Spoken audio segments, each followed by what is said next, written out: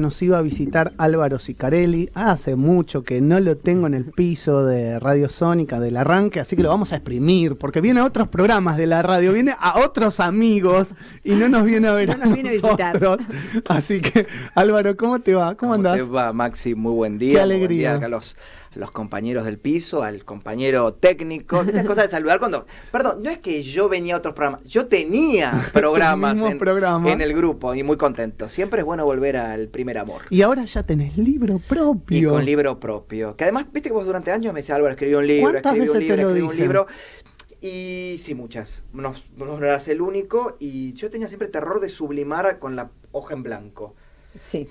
Principalmente porque sentía y siento todavía que hubo muchos antes que yo que han escrito lo mismo y lo han dicho mejor, y lo han escrito mejor.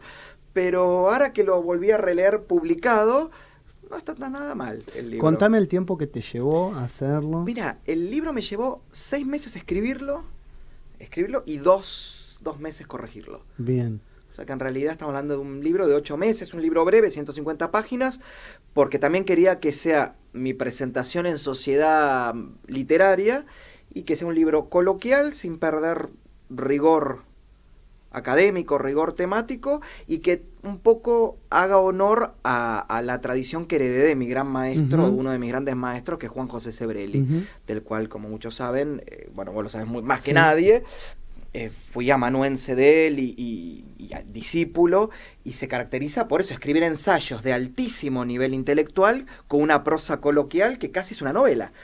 Y ayer sucedió, creo, el hecho más emocionante. Todavía no vi a mis padres para dárselo en mano, pero ayer logré verlo a Juan José, que recordemos tiene 92 años, 92. Y es un hombre, ¿no?, que ha vivido mucho, y agarró el libro y inmediatamente buscó un capítulo, lo leyó completo y me dijo: todavía no voy a decir si estoy a favor o en contra, lo que sí puedo decir que esto lo escribió un discípulo mío. Bueno, te imaginas, bueno, para mí esto, cartón completo. Esto ya está. Y bueno, obviamente, el título un poquito, sí, para arrancar de lo tapone de punta. ¿Cómo derrotar al neoprogresismo? Una batalla política de Editorial Sudamericana. Lo que tampoco es poco, digamos. No. ¿Y cómo derrotas al neoprogresismo? A ver, en primer lugar, yo creo que, si querés te puedo explicar el libro cómo se desarrolla, porque también tiene que ver con batallas personales mías, porque obviamente el título habla de un posicionamiento macro, político, económico y cultural frente a un adversario ideológico. El libro arranca con lo que es mi devenir ideológico, desde una izquierda sui generis, imaginaria, que yo creía que existía y nunca existió, ni sé si va a existir, con cuestiones muy particulares, posicionamientos muy duros en materia social, en materia económica, pero curiosamente en temas como, por ejemplo, la política internacional, los derechos humanos, muy distante de la izquierda tradicional argentina. Por ejemplo, siempre fui antichavista, siempre fui anticastrista, siempre estuve en contra de todos los tipos de gobiernos totalitarios de signo de izquierda, que la izquierda se hizo muchos años la sonza, y siempre puso el ojo en las violaciones de derechos humanos, por ejemplo, de gobiernos de derecha. Digamos. Pero no los de izquierda. Mira, justamente hoy en la editorial hablábamos de eso. Los organismos de derechos humanos frente a Cuba, o frente a Nicaragua, o frente a Venezuela, que bueno, ahora el presidente no quiere ir a una cumbre porque dice que estos países tienen que estar, pero suponete que el presidente diga lo que quiere decir. El problema son los organismos de derechos humanos que no denuncian esas violaciones. Claro. Organismos de derechos humanos hoy sostenidos en gran parte económicamente por el Estado. Por lo cual también por eso pierden, ¿no?, la imparcialidad que tienen que tener, y que no hay, los derechos humanos no se violan ideológicamente, se violan. Claro. Se violan. Las balas matan por derecha y por izquierda. Y yo siempre utilizo un que está en el libro, ¿no? Pareciera que cuando la izquierda mata es revolución, pero cuando la derecha mata es genocidio. Claro. Y no es así. Es genocidio. Hay un capítulo muy polémico que incluso ya me llamó un periodista del gran diario argentino, que me dijo: mirá, que te voy a preguntar, porque es muy fuerte, donde yo hago un poco de aritmética criminal. ¿Cómo se llama? Porque Hitler, al que aborrezco, además porque yo soy de ascendencia judía, aborrezco, me parece un ser que podría viajar en el tiempo para matarlo, mató menos que Stalin Y sin embargo, el prototipo de genocida es Hitler. Es Hitler. Y en realidad no tendría que haber un prototipo de genocida. Tiene que haber genocidas. Claro. Punto. Y Stalin, al igual que Pol Pot, que Mao, que mató 100 millones de personas, o por ejemplo sus políticas implicaban la muerte de 100 millones de personas, hay como cierto manto de piedad. En el caso de Stalin, porque formó parte de los aliados que derrotaron a Hitler. Pero 10 años antes, durante el terror, que se llama el terror de Moscú, los juicios de Moscú, en la década del 30, fueron cientos y cientos y cientos de miles los rusos que pasaron por los tribunales sumarios del Partido Comunista Ruso o mandados a los campos de concentración, millones para trabajos forzosos. Pero se recuerda más, y con justa razón, a Hitler y al genocidio en los lager, en los campos de concentración. Pero casi no se habla del Gulag, salvo en los 80, 90 con la caída del muro. Bueno, esta fue también mi devenir, salir de toda esa izquierda esquematizada, esa izquierda que tiene que pensar todo esto, porque además te hace buena persona pensar así, mejor dicho, incorporar y repetir verbalmente, discursivamente y después en forma de militancia. Otro dato interesante mío, yo nunca milité políticamente en la izquierda. Al revés, habré formado parte del ala izquierda de ciertos partidos que no eran necesariamente de izquierda, el radicalismo y en algún momento... Pero yo que te conozco puedo decir que es así, ¿eh? Vos 22 años que me... 22 años que me conoces, y siempre fui también un poco como un rara avis en las mismas fuerzas políticas en las que estuve. Un contradictor. Bueno, señores, esperen. No es todo tan así. Ese dogma que me quieren poner, que acá están todos los buenos, acá están todos los malos. El líder de nuestro partido, incluso con figuras que yo valoro muchísimo, como Raúl Alfonsín, que lo deificaban y lo transformaban como en un representante de Dios en la tierra, también tuvo cosas que he criticado muchísimo. Bueno, anatema total, me he tenido que ir de cuánto lugar.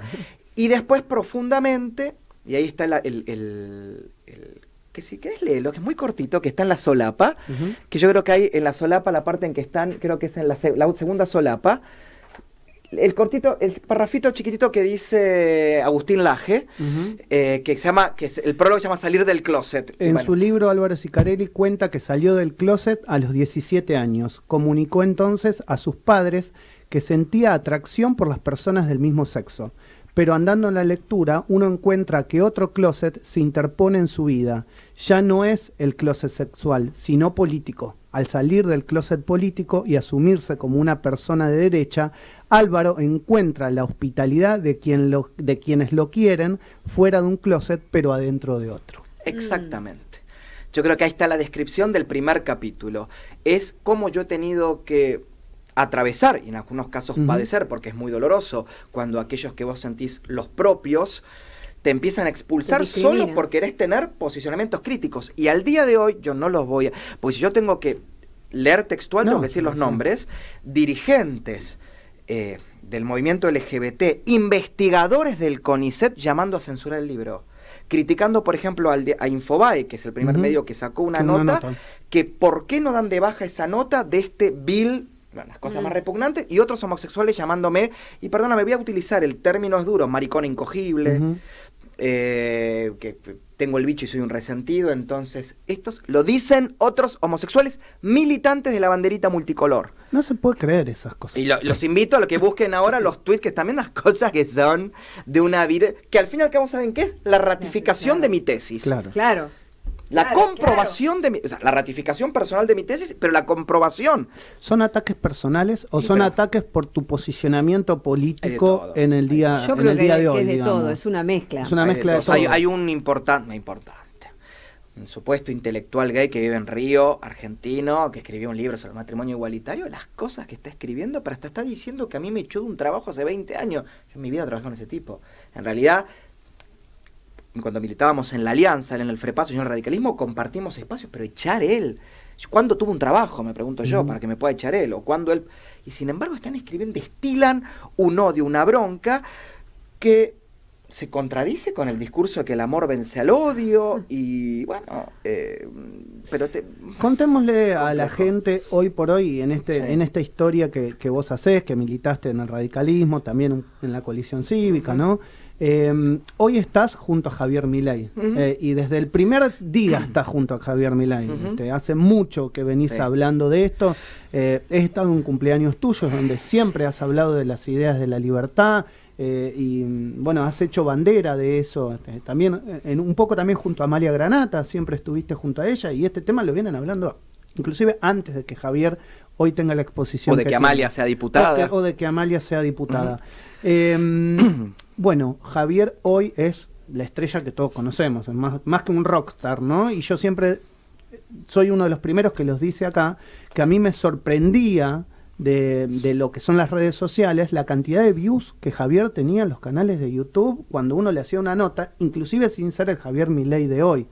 ¿No crees que un parte también el ataque va hacia eso? Va por eso. Va contra Javier Milei, contra Álvaro Sicarelli, contra lo que ustedes vienen militando hace años. Mira, vos dijiste algo que es bueno cuando alguien te conoce hace mucho tiempo que puede dar fe, porque ya puede venir acá y construir una historia mitológica mía, y sin embargo él puede dar fe. Y hemos tenido discusiones y esto no es una relación con él de 100% de acuerdo. Porque uno en una situación de es un profesional y un hombre más que inteligente y formado, y obviamente en el pensamiento crítico. Pero dijiste algo claro, siempre he sido un defensor de las ideas de la libertad.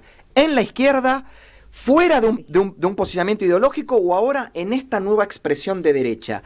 ¿Por qué? Porque creo en la libertad de expresión, creo en la libertad de conciencia, creo por supuestamente en la libertad económica y de mercado, pero creo también en la libertad que tiene un individuo que se presta de ser racional, pensante, crítico, hasta de contradecirse a sí mismo. Porque a mí lo que me dicen, no tenés coherencia, pero ¿qué es la coherencia? ¿Pensar toda la vida lo mismo? No. ¿Eso es ser coherente? No, a mí me parece que eso es ser un zombie. Porque si no tuviste un cambio, un vaivén, una evolución, hasta un retroceso. Yo hasta valoro el que retrocede, porque también te permite tomar impulso. Exacto. Claro. Y hoy se cuestiona eso. Y en parte en el libro también hablo eso. Y lo lamento por todos aquellos que han dedicado horas de su vida a etiquetarme o a pensar que yo era naturalmente proclive a tal posicionamiento ideológico cuando no se preocuparon ni en preguntármelo. Claro. Pero por eso son buenas estas entrevistas, que a mí me gusta. Y eso se castiga, que es como un poco lo que me gusta veo. Hacerla a todos los políticos argentinos y a la gente que, y en tu caso, casi de la juventud, pasando ya. Bueno, pero ya lo 40, claro. 40. Pero sos un chico que ha militado en la juventud desde hace muchos años, y hoy ya con 40 años sabés dónde te tenés que parar, o entendés dónde te querés parar, si querés. Entonces, me gustaría hablar de cara al 2023. Sí. ¿Qué es Avanza la Libertad? ¿Cómo se posiciona? Voy a hacer un paréntesis porque tiene que ver con tu trabajo. Dale. Otra de las cosas que creo que Javier no solamente fue un visionario, sino que dio mucho aporte, es que al inicio, y el día de hoy también, pero al inicio de su gran salto mediático, le dio un enorme lugar a los medios alternativos. Totalmente. Y no tradicionales. Yo lo vivo diciendo. Él lo vive diciendo. Ellos no me dejan mentir. Cuando sabemos muy bien que las grandes figuras se olvidan. Y hoy, Javier, hoy, de hecho, cuando lo llamamos... Yo lo llamo por teléfono y él está, para Sónica está, porque él sabe los medios que en su momento le dieron el lugar que hoy... Y eso no es poco. Cierro paréntesis. Pero es real, pero lo decimos, más allá que uno comparte, porque, a ver, a mí me ha pasado con Javier, muchas veces no compartía cosas que decía, pero yo se lo preguntaba, pero yo quería conocer la profundidad de su pensamiento, y a mí también me parecía como sociológicamente importante ese crecimiento que él estaba teniendo y que otros no estaban viendo. Y yo lo decía permanentemente, digamos, vos no subís un video a un canal de YouTube y tenés 5.000 reproducciones en un mes hablando de economía. Y hasta que eso llegó a los medios, a los grandes medios, y los medios se dieron cuenta. Tuvo que pasar por otro lado. Claro, exactamente.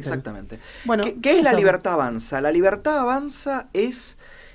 Algunos dicen que es, un frente electoral. Yo creo que es claramente un movimiento político constituido por partidos, agrupaciones e individuos del centro a la derecha. Y del centro a la derecha incluye liberales clásicos, libertarios, que digamos es como el posicionamiento un poquito más dogmático dentro del espectro, conservadores democráticos y republicanos de derecha o liberales de derecha republicana como yo. Okay. Donde ahí, claro, tenés un aspecto económico muy fuerte, que te diría casi ahí donde todos acordamos el 100%, la necesidad de profundizar el consenso en materia de la economía de mercado. Economía de mercado es que el individuo produce y disfruta libremente de lo que produce, y no es confiscada su riqueza por un Estado que, amén de que confisca supuestamente para devolver servicios públicos, lo que devuelve es nada, y lo que es ineficiente, ineficaz, y que no cumple las metas que se propone. Porque van a decir, bueno, vos con esto que privatizar. Bueno, veamos el estado de la salud pública, veamos el estado de la educación pública, que no es el proyecto de la salud pública, el proyecto de la educación pública, o sea, la meta de esas, ¿no? de esa política de Estado es la infraestructura, son los profesionales, es el servicio, a cuántos llegan. Hoy realmente una persona de clase media termina financiando, por ejemplo, su obra social, porque le sacan cautivamente una obra social sindical, con los impuestos que paga, el IVA, el ingresos brutos, el sistema público hospitalario, pero a su vez tiene que pagarse una prepaga, porque sabe que si tiene que caer en cualquiera, las dos famosas camas, la de la obra social o el hospital, la posibilidad de que el tratamiento, que por más de que tenga los mejores profesionales, el tratamiento no sea el mejor, es muy alta. Y la pregunta es, ¿esto es lógico que pase? ¿Es necesario que pase? ¿En favor de qué? ¿En favor de quién? Después tenemos posicionamientos que cada vez, donde puede haber un poquito más de diferencias, en materia de orden público. Quien te hable, voy a hablar por mí, pero también muchos de los que formamos parte de la Libertad Avanza, creemos que no hay libertad sin orden, ni orden sin libertad. ¿Qué significa? Uno va y vos has viajado muchísimo, los principales países o democracias de la Europa continental, que está permitido lo que se te ocurra, donde vos donde vos te moviste 1 milímetro del carril del orden público, atentaste contra el espacio público, atentaste contra la propiedad privada, palo y al calabozo. Y sin embargo, te podés casar con quien quieras, podés consumir la droga que quieras, podés decir lo que se te ocurra, podés profesar la religión que se te ocurra, pero tu derecho termina cuando comienza el del otro. Eso es fascismo. Holanda es un régimen fascista. No, Suecia es un régimen fascista. Porque también orden es fascismo. Porque producto de los dos lastres que tenemos, el onganiato y el proceso, la década del 60 y del 70, toda noción de orden, de cumplimiento de ese orden, y de que exista además un instrumento que haga cumplir ese orden, la justicia y las fuerzas de seguridad, ya está vinculado nazifascismo. Pero bueno, yo sino los que los invito a los argentinos que están en contra, traigamos el Código Penal cubano. Apliquemos el Código Penal cubano. No va a ser beneficioso para nadie. No me digas. ¿Qué? ¿No es un código progre? No, para nada. ¿Cómo? ¿Que sos homosexual en Cuba la pasás bomba? No, la pasás muy mal. No, pero no puedo creer. No, pero dije Cuba porque traigamos el de Nicaragua, que acaban de cerrar la Academia Nacional de Letras en Nicaragua. Sí. No, porque si no, creo que van a preferir el de y tal vez no podríamos estar haciendo este programa con esta libertad de expresión, ¿no? Casi seguro que no estarías preso. Entonces, ¿dónde está lo fascista? Porque también yo quiero salir a la calle y que, si bien siempre va a haber un porcentaje de delito, porque la corrupción y la enajenación ética y moral es inherente a la condición humana, por eso nos educan, si no naceríamos y nos desarrollaríamos por orden espontáneo. Quiero que sea el mínimo. Salgo a la calle y quedarme tranquilo, y que en el caso de que a mí me arrebaten o que a mí me lastimen en un delito, el tipo sea agarrado y sea juzgado, y que eso sea disuasorio para que otros no salgan a delinquir. Exacto. Acá, ¿qué sensación tenemos? Que el delincuente salga tranquilo porque hay todo un aparato discursivo y jurídico. Para conocerte en profundidad, que la gente conozca en profundidad, es importante esto que está diciendo Álvaro, porque Álvaro asesora, obviamente, Javier tiene asesores y él está asesorando en materia política exterior, y estas charlas las debe tener con él. Mucho. Seguramente. Entonces es importante, digamos, conocer la profundidad para saber después quién puede llegar al gobierno en el 2023, qué es lo que piensa. Claro. Vos le querías preguntar. Perdóname. No, te quería preguntar, porque hablaste, siempre estamos hablando en la sociedad argentina de pasar un extremo al otro, ¿no? O es un libertinaje o es represión. ¿Cómo se hace, no? Digo, teniendo estas charlas con Javier, ¿cómo se hace pensando en cara 2023 encarar una sociedad que está una grieta impresionante y que pasa de un extremo al otro. ¿Cómo y se que va a haber trabaja? resistencia. Mirá, te voy a Y decir que va a haber más. resistencia. En realidad, aún con el plexo normativo que tiene Argentina en materia penal, que es bastante cuestionable, si se aplicara, y además la cuestión es el aplicar la ley. Y después la cuestión procesal, penal, que vos como abogado lo conocerás mucho mejor que yo, que significa que cuando se inicia un proceso, Sí, sí. se cumpliera, pero reducimos en un 40% los problemas en materia El de tema es que seguridad. no es que falta la norma, ¿entendés? El problema tenemos jueces que la aplican Claro, según entonces su no interpretación. falta la interpretación. norma. Y que en realidad hoy, voy a decir algo que también seguramente va a ser polémico, tenemos jueces que interpretan la norma no desde un criterio jurídico, sino desde el criterio criminológico de Zaffaroni. Porque Zaffaroni, Exactamente. discúlpenme, no es un jurista, es un criminólogo. Uno agarra la obra de Zaffaroni y analiza más de la sociología y la criminología el delito que desde el derecho. Y yo no estoy quitándole mérito, Sí, no, pero no. guarda. Entonces, libre interpretación y encima cuando Sí, adopta sí. una parte de la biblioteca, en realidad no está ajustado a el derecho, sino a la teoría sociológica, que todo es un constructo social, que en realidad el delito nos lo mete, la sensación como La como sensación de planteaban. seguridad. Claro. Entonces, si realmente fuéramos ahí y tuviéramos una mano justa, ahora también creo que hay que aplicar una reforma profunda, que no sé si es aumentar o bajar penas, pero procedimentalmente, ¿cómo puede ser que quien detenta el monopolio de la fuerza en nombre del Estado para aplicar la ley, como es el policía, tiene que pensar 5 veces lo que va a hacer frente a un delincuente, porque puede terminar él preso? Hace poco pasó con el disparo de un voz de alto, no respondió, se da la fuga, lo persiguen, no, le disparan, y el tipo hoy está siendo juzgado, el policía. Claro, claro. ¿Quién va a querer defendernos? Y tampoco quieren la libre portación de armas o que los ciudadanos se defiendan por... Entonces, bueno, señores, yo no sé qué pretende... Bueno, está un poco en el libro. Pero No, yo- pero ya que Sí. está, Perdón, perdone, sí, sí, José, sí. porque Me están viniendo no, a porque buscar, a pero matar. porque es importante profundizar sobre esto porque justamente se dio la polémica de la libre portación de Ujú. armas y se habló mucho de la masacre en Estados Unidos y Javier Milei, bueno, obviamente habló de que está de acuerdo en la libertad de portar armas. Sí. ¿Por qué? ¿Por qué hay que estar de acuerdo en la libertad de Bien, portar armas? te voy a... Como primero me para pareció, conocer la profundidad del pensamiento. aberrante de cierto sector del periodismo vincular la masacre de Texas con el posicionamiento de un dirigente argentino desde un aspecto filosófico. Recuerden que la libre portación de armas no es una ley que está circulando, es la segunda enmienda de la Constitución norteamericana, porque justamente lo que plantea es que el ciudadano tiene que estar armado frente a la posibilidad de que el Estado y el gobierno se vuelvan tiránicos.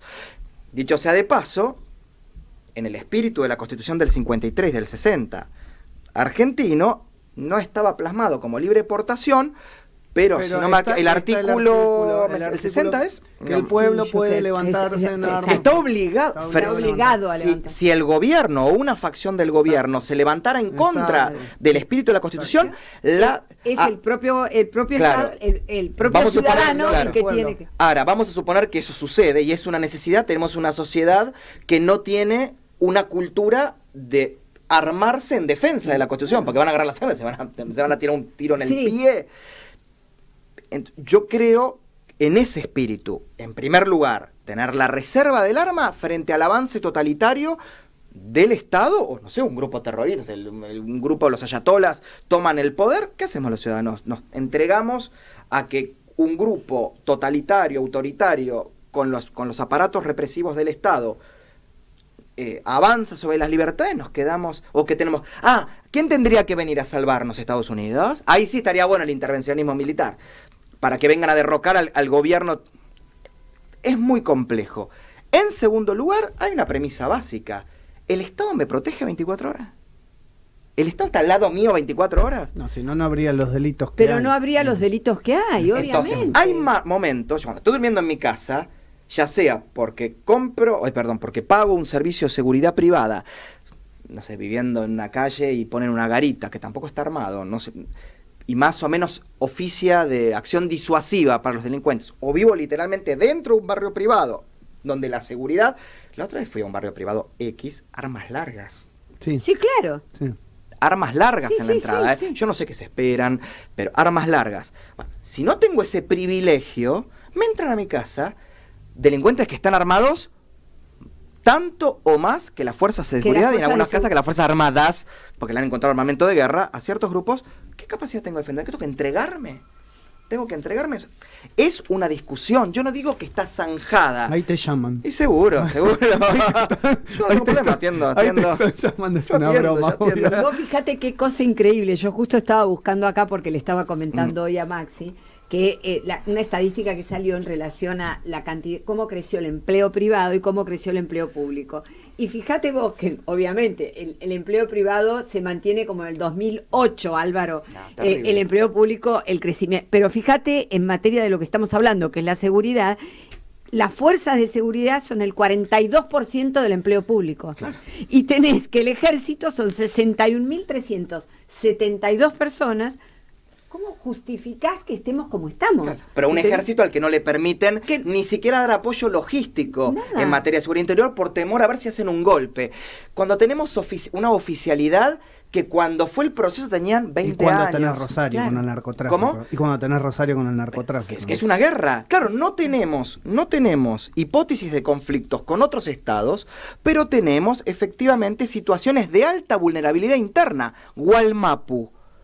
¿Qué Bueno. son bebé de pecho los que están en el sur? Claro. Walmart, el norte, la triple frontera, Rosario. ¿Qué es todo esto? Claro. ¿Qué son? Ay, no son pequeñas cositas que suceden circunstancialmente, momentos. Yo lo que veo en Rosario es que el delito común baja porque lo controla El el propio narcotráfico. narcotráfico. Claro.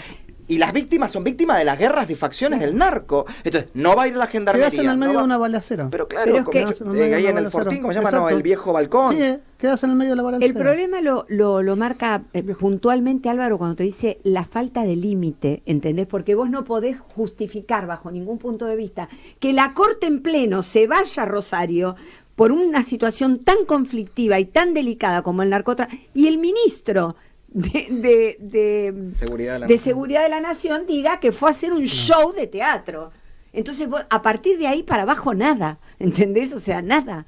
¿Quién puede La respetar? Corte Suprema que... La- no sé, por eso. te el digo, yo tribunal- miré el operativo de seguridad, decía yo, unos flancos libres, había acá ¿están armados? Sí. Ya estamos esperando el misil que se le escapó a Rossi, a ver cuándo Claro. alguna vez lo van a usar y no Claro. van a... Bueno, yo me río porque es desgastante a veces debatir lo que tiene que ver con sentido común.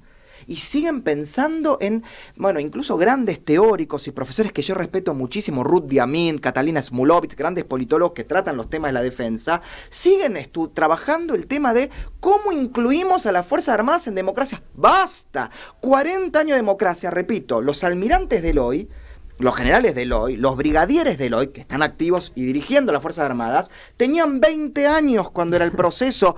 Ninguno de ellos fue parte de la tortura, 20 años, 18 años. Y los que van a venir después ya fueron educados en democracia. Basta de pensar. Así- Álvaro, ¿dónde te vamos a encontrar? Vivo, espero mañana. En el 2023, ¿dónde te vamos a encontrar? donde Javier y... ¿Querés ser candidato? Álvaro Sicarelli, ¿quieres ser candidato? A ver, yo tengo una ¿Tienes pasión por el debate aspiración? público, yo tengo una gran pasión por el debate público, ergo, el Congreso o las legislaturas son el espacio de ese debate Claro. público. No quiere decir que los diputados provinciales y nacionales o senadores hagan de las legislaturas Sí, y el sí, Congreso sí. un gran lugar de debate público, pero me gustaría esa gran vitrina, ese gran foro de debate. También se hablan de otros lugares, no los voy a decir, pero se habla. Incluso ya estoy escribiendo mi segundo libro que tiene que ver sobre política exterior, entonces puedo ir por ahí también, pero voy a estar donde Javier decida y donde yo más efectivo pueda ser para que la Para el Libertad objetivo. Avanza sea una opción que entre en el balotaje y seamos gobierno y en el peorcísimo de los casos seamos la tercer fuerza nacional que se transforma en el gran elector que decida, con su apoyo, quién va a ser el próximo presidente sobre la base de un acuerdo de reformas que van a ser ineludibles, pero que ya está discutiendo hasta el propio kirchnerismo, que hay Claro, que hacer cirugía claro. mayor porque esto es Claro. insostenible. Se habla de un 20% hoy Sí, de hoy. intención de Hoy. votos de Javier Milei. Hoy. Y cuando hablábamos con Maslatón hace algunos días, Mi amigo. sí, Lo tu quiero amigo, mucho. él Lo quiero nos mucho. decía que obviamente ese número se va a agrandar. Yo hablo mucho con embajadores, sabes que Sí, claro. lo vinculo y no voy a decir qué embajadores, No, no. ellos me piden información, como ya me dicen, bueno, el gabinete, porque dicen, bueno, si no es el presidente, él va a terminar definiendo, pero hasta consideran de que si ganara el peronismo de nuevo, el peronismo va a tener que negociar con él la constitución, por lo menos el equipo económico. A ver, fíjate que muchas de las cosas que dice Javier Milei están marcando la agenda. Ahora son todos liberales. Están marcando la agenda. A mí me sorprende eso mucho, por ejemplo, del expresidente, de Mauricio Macri. Esto digamos, no te quiero involucrar vos en este comentario, lo digo yo. Pero, digamos, Mauricio Macri, cuando fue gobierno, no llevó las reformas que hoy dice que habría que llevar adelante. Y, sin embargo, una gran parte del PRO se la pedían. Voy a ser abogado del diablo. Mira, voy a ser abogado del diablo. Yo creo que siempre pensó eso y al revés. Coincido. El PRO, que dejó de ser un partido de centro derecha y se quiso transformar en un partido progre europeo, incluyendo a cualquiera, no voy a dar nombre y apellido, pero busquen, se desvirtuó, dejó de ser, o sea, el Mauricio con bigote para ser el Mauricio que hace budismo, y no es peyorativo el budismo, pero bueno, fue un cambio.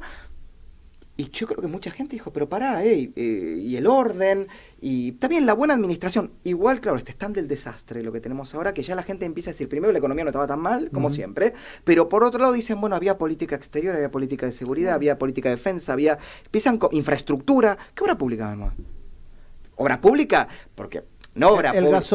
El gasoducto, Néstor Kirchner. Claro que ahora no sé qué va a pasar. No. Pero bueno, repito, yo voy a colaborar activamente. A mí me hubiera encantado que existiera el gran polo republicano que tanto defendí.